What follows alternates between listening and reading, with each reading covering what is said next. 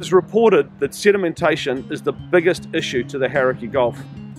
This case study is of the Weiti development, which is situated on the coast between Wangapara and Long Bay. The report was commissioned by Kipokura Green because its members had seen large plumes coming out of these streams into the pristine Long Bay Okura Marine Reserve. What you'll see in this video is the beautiful, stunning area of the Long Bay Okura Marine Reserve, and also the devastation caused by this development's sediment control methods.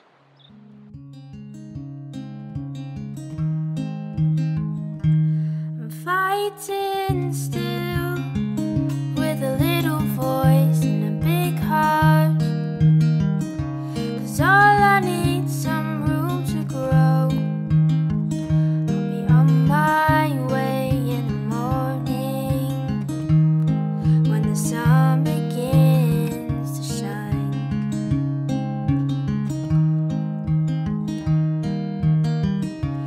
Looking back from where I was, I miss the clear blue water and the air I used to breathe. You may think it's gone, but when you realize it's sunken too deep. It's the 12th of May, just after 7 AM in the morning. Just coming off the centre stream, which has been blocked by the developer. Just been collecting some water samples. There's a clay bloom coming all the way along here at the moment, which is pretty nasty. Once again, just coming out of the Karapiro North stream by Dakar Cottage.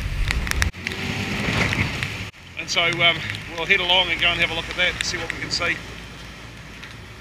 It's where we need more drone footage to show this mudslick that's coming out around into the Okura estuary.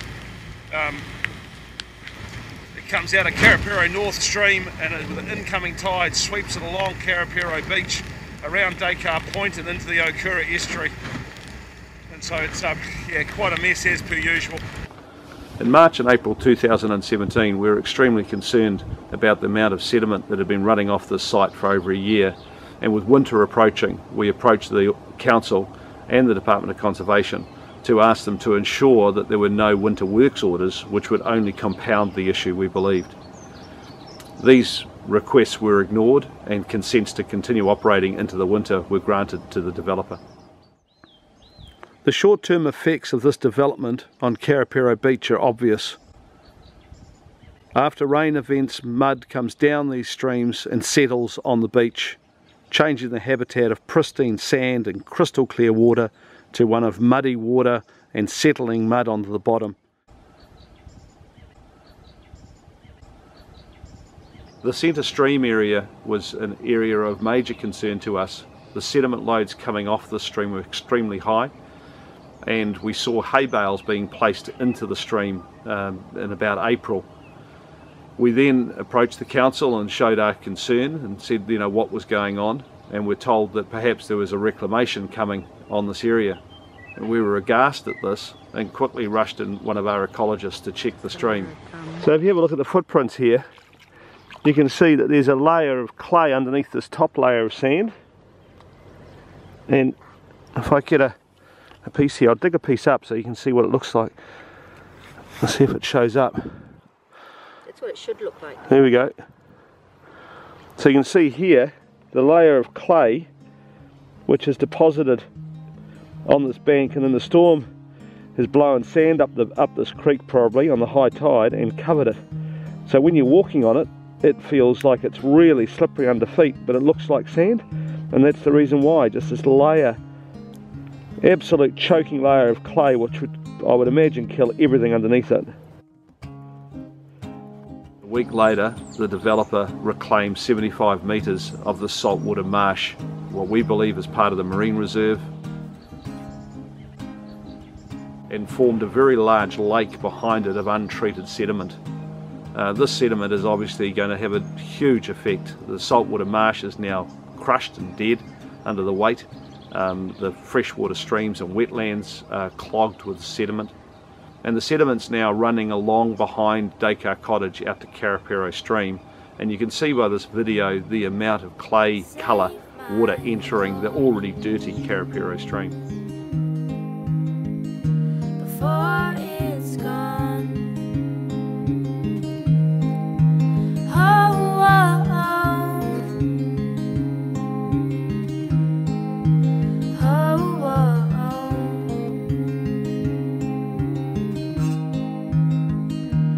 While I'm hoping for a place to feel safe, a place to feel loved, somewhere to appreciate, while I'm searching for a place to feel safe, a place to feel loved, somewhere you'll appreciate. Save my home, save my home, save my home, save my home, save my home.